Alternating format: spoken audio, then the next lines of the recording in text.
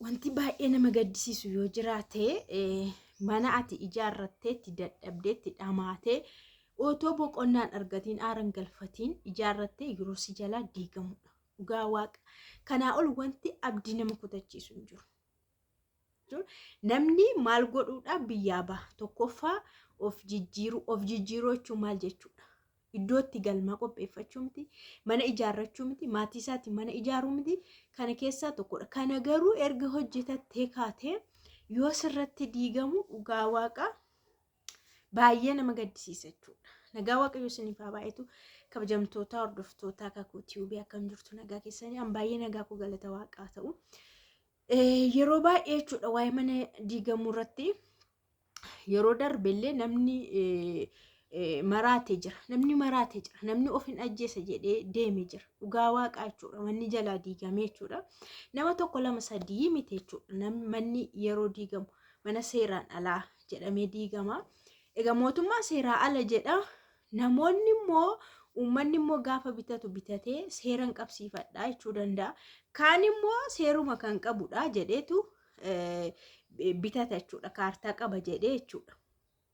Kaartaa qaba jedhee kan bitatu. Kaartaan sun yeroo ilaalamu kaartaa feekii ta'ee argama. Kaartaa sobaa ta'ee argama jechuudha. Akkasitti nama baay'eetu bishaan dhuge dhugaa waaqa. Nama baay'eetu lapheensaa cabee nama baay'eetu bakka jireenyi isaa hin babbade jechuudha. Dhugaa waaqa baay'ee nama gaddisiisa. Kaleessa viidiyoo Ooroo ilaaleeni waan baay'ee yaadadhe dhugaa waaqaa jechuudha.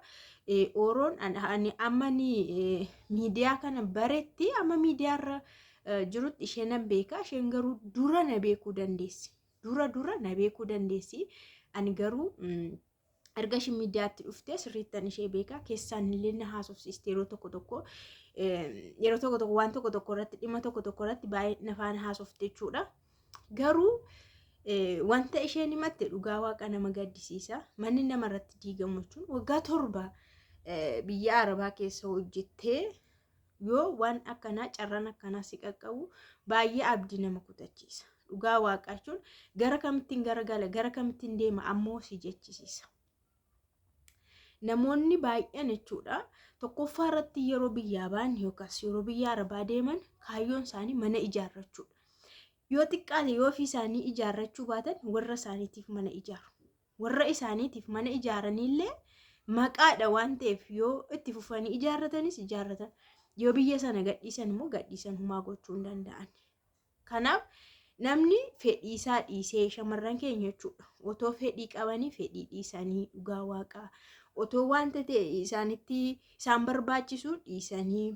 Itoo akka namaa uffatanii bareedanii magaala keessa deemuu iddoo ta'e deemuun isaan barbaachisu dhiisanii. Fedhii isaanii hundumaa awwaalanii irra taa'anii dhugaa waaqa waggaa 7, 8, 9, 10 isaa olillee hojjetanii waan akkanaa yeroo namarra ga'u baay'ee nama gaddisiisa.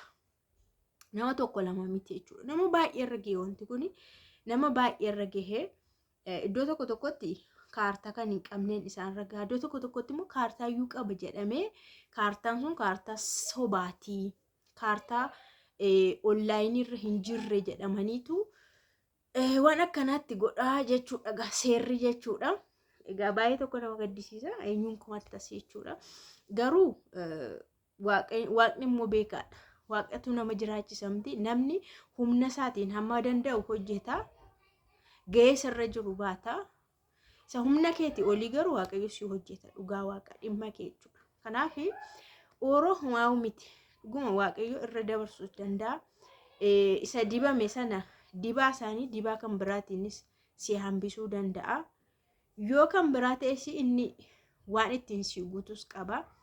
Waan hundumaa gaarummaadhaaf jedhamti raatu beekta. Waan hundumaa gaarummaadhaaf baay'een mana ijaaruu jechuun salphaa miti dhugaa waaqa. Amma kan keenyarraa kaasee osoo isinitti himee mana ijaarrannee waggaa 2 qulqulluudha dhugaa waaqaa jechuudha. Lafa keessaa bahee birriin hin jiru. Dhugaa namuma hojjetudha akka kaanii yookaan maal jedhamu baalisilxaanii miti al takkaan godhachuu hin dandeenyu yookaan warreen galii guddaa qaban miti al takkaadhaan fixachuu hin dandeenyu. warra bakka jiroo miti warreen kaan jechuudha. Isaan miti namuma hojjetudha. Nama hojjetee argatudha. Isa keessaa of qallabuun jira. Waan mana keessaa baasii mana keessaa kan hundumaa godhachuun jira. Dabalee mana kiraayii kaffaluun jira. Jireenya kee guuttattee namni tokko hagabuu hin bulu. Kana gootee mana ijaaruun baay'ee tokko ulfaataadha jechuudha. Lafa keessaa baasnee waggaa tokko taa'e. Achi immoo hojiin argamee birriin argamee waan hundumtuu hojjetamee qorqorroo rukutamee lassaname. Achi immoo tsat jedhee jechuudha hin dhaabbate. Amma immoo dhaabbate hafee jira jechuudha. Mana ijaaruu jechuun dhugaa waaqa akkatti ulfaatu baay'ee tokko ulfaata. Kana yoo ta'e simmintoon saadha, dhagaan saadha, ashwaan saadha, bulokkeettiin saadha, birriin saa xaaraa yaabbata wanti hundumtuu jechuudha. Garmalee gurguddaadha jechuudha. Ammas birrii 500,000, 200,000, 300 qabaa dhaqeen hojjedha yoo itti waanuma tokko gashites jim jedha birriin saa jechuudha sirkaa. Dhugaa waaqa. Mana ijaaruu jechuun baqa nama jechuun yeroo yerootti hojjetee ijaaruuf baay'ee tokko ulfaataadha. Dafee harkaan dhumu jechuudha. Waggaa baay'eetti fudhachuu danda'a. Namni amma nu gaafata. Dhugaa jalqabuma isaa ta'uu dubbachuu baadheen jedhaan dhugaa waaqa. Yeroo tokko miti kan viidiyoo waraabe. Yeroo tokkittiidha dhugaa. Yeroo tokkittiidha kan viidiyoo dhaqee achi dhaqee waraabe. Viidittii namni mana gaafata. Sunis na gaafata. Firris na gaafata. Maatiinis na gaafata.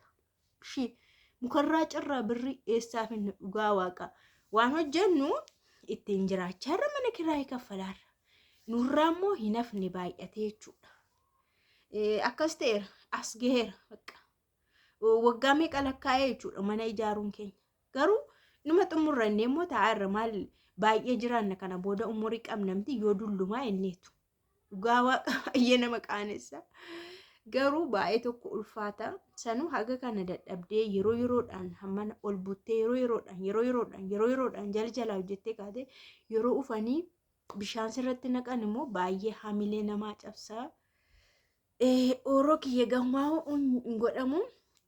Waaqayyo beekaadha akkamitti akka dabarsu, akkamitti akka jijjiiru hin beekaati. Garuu abdiin kutatiin hojii keettis ittuma fufii. Waan dhamaatuttis baay'ee dhamaatii dhugaa kallattii hundumaanuu baay'ee nama dhama'udha. Baay'ee nama tattaafatu, baay'ee nama jijjiiramuudhaaf tattaafatudha. Even biyya Arabaa keessa taa'anii akkasitti aktiivii ta'anii kunoo miidiyaa kana akkanatti yuutuubii hojjechuun mataan isaayyuu ciminadha jechuudha dhugaa waaqa. Cimina ofiiti. Yookaan yeroo boqonnaa ishee yookaan hirriba ishee dhiistee yookaan maal ishee dhiistee malee yeroo sa'aatii hojii dhiistee miti kan ishiin hojjettu.